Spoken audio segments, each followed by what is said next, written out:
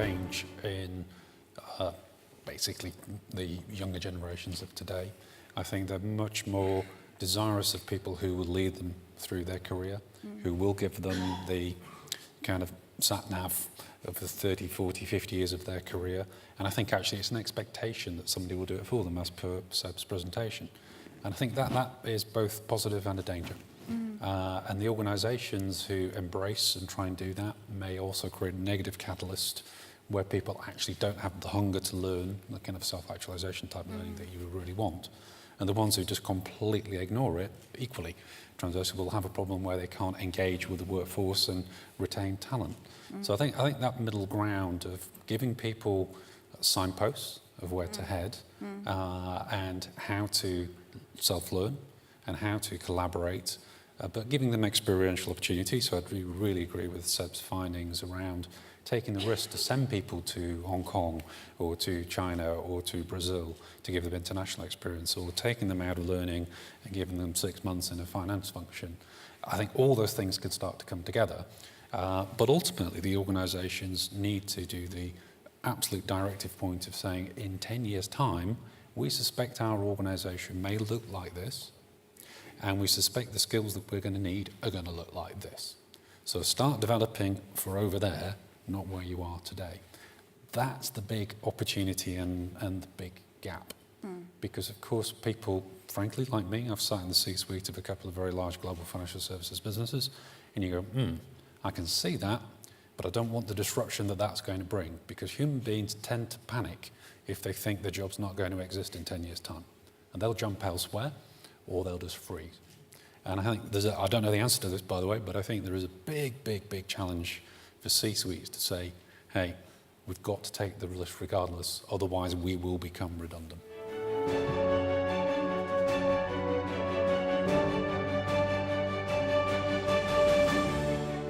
Go back to the idea that you're developing, you've got to start being semi-altruistic and think you're developing people for an industry. Something I don't often get to read individual exit interviews or surveys, but one stood out last year where an employee said that they were leaving because they'd actually found it easier to get information on career opportunities from other organisations than Fitch, because social media, LinkedIn, whatever, they're connected with a huge network, formally and informally. It's so easy to find out what's going on, where you could do better, whether that's financially or more often just in terms of progression. I'd try my best never to stereotype the sort of millennials, and we're all bombarded with TED Talks and Simon Sinek's YouTube videos and stuff like that, whether you think they're all the same. But the one characteristic that we notice is that the desire for the feedback on and ongoing forward momentum and stretching is so strong.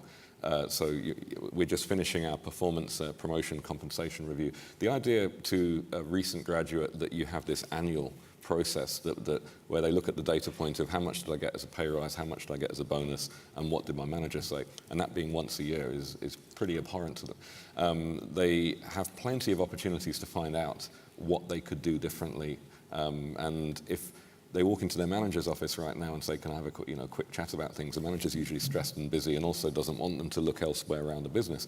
So they actually find that they have no visibility, and it's a very opaque environment in terms of developing their career internally. And yet, there's plenty of information about developing their career externally. So it's not that they vote that way, but hence I got the comment in the exit interview, it's just easier for me to work out what to do. And so the challenge we've always had is breaking down the sort of manager inhibition about, they don't want their teams to break up, but we say, but you've got to train people that you might lose. You've got to develop people and push them onto projects where another manager might take them. And you've got to allow them to build a network across the organisation and stop thinking of them as your resources. That's not easy, but that's the kind of mantra that we're pushing on. And we've noticed managers that have, and they tend to be the younger ones, that they have moved themselves, are very good at fostering that because they've benefited from it in the past. But if you think about it in terms of an investment that you'll lose, you'll never do it.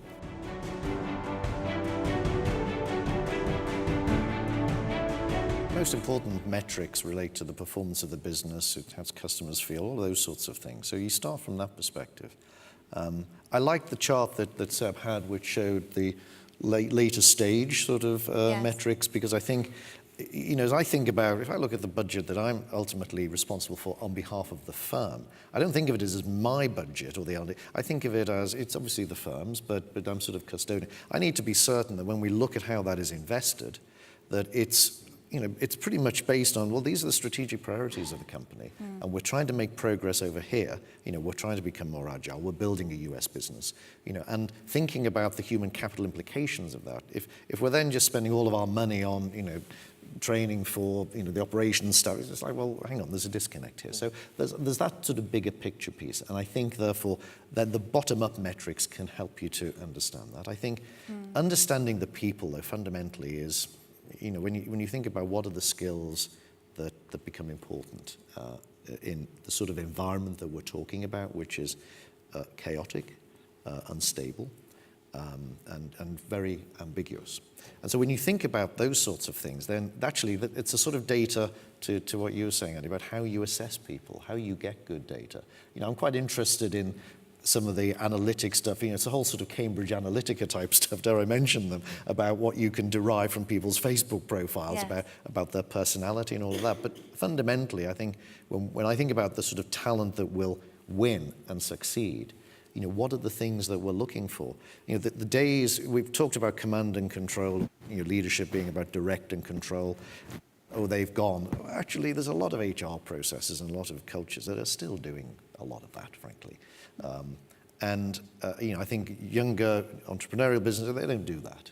So how do you, create the context that enables people? But fundamentally, when you think about the people themselves, that thing about curiosity, about the ability to learn, there's something in there about humility as well, because if the future is so.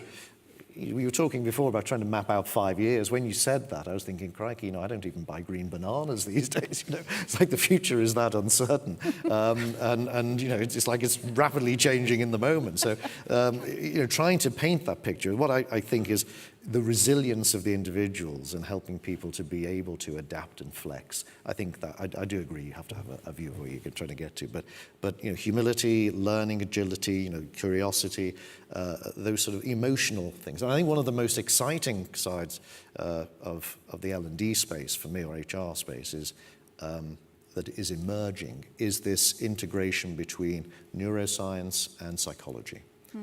Because these were two disciplines that for the last 100 years have pretty much pursued a twin track and never crossed over.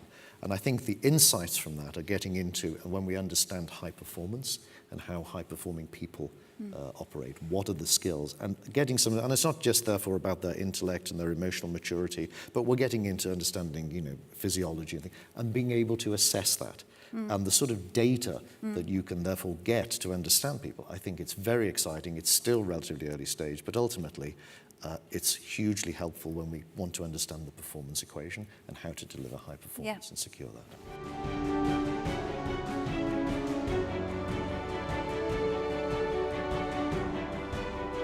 The business that I built, which we sold, was a consumer analytics business that focused on customer behavior with financial services. It was a world-leading firm. And we moved the industry by focusing on engagement. The industry was very committed to very binary measurement points. Are they satisfied with us? And we used to say, well, satisfied on what? What is aspects are you delivering on the customer journey that allow them to be engaged? We could show through engagement analytics that you improve the performance of the business and the revenue consequently from a customer perspective.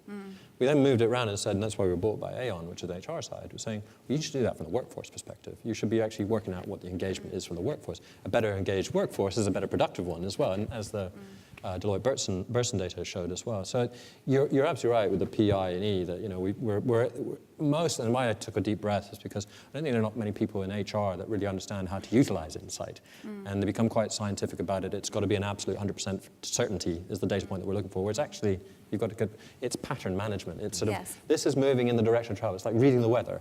We don't know absolutely, but it's better than knowing nothing. Yes. And so we're in that insight era now, and that's the whole of society, not just financial services. We're getting more insight than we've ever had in our lives.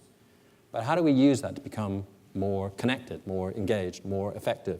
That's possibly what it's trying to get across in the pivot point, which is between 2020 and 2030. It's going to be the era of engagement. In financial services, if we don't relate to that, then the disruptors become the constructors, become the market leaders, and the incumbents become Kodak.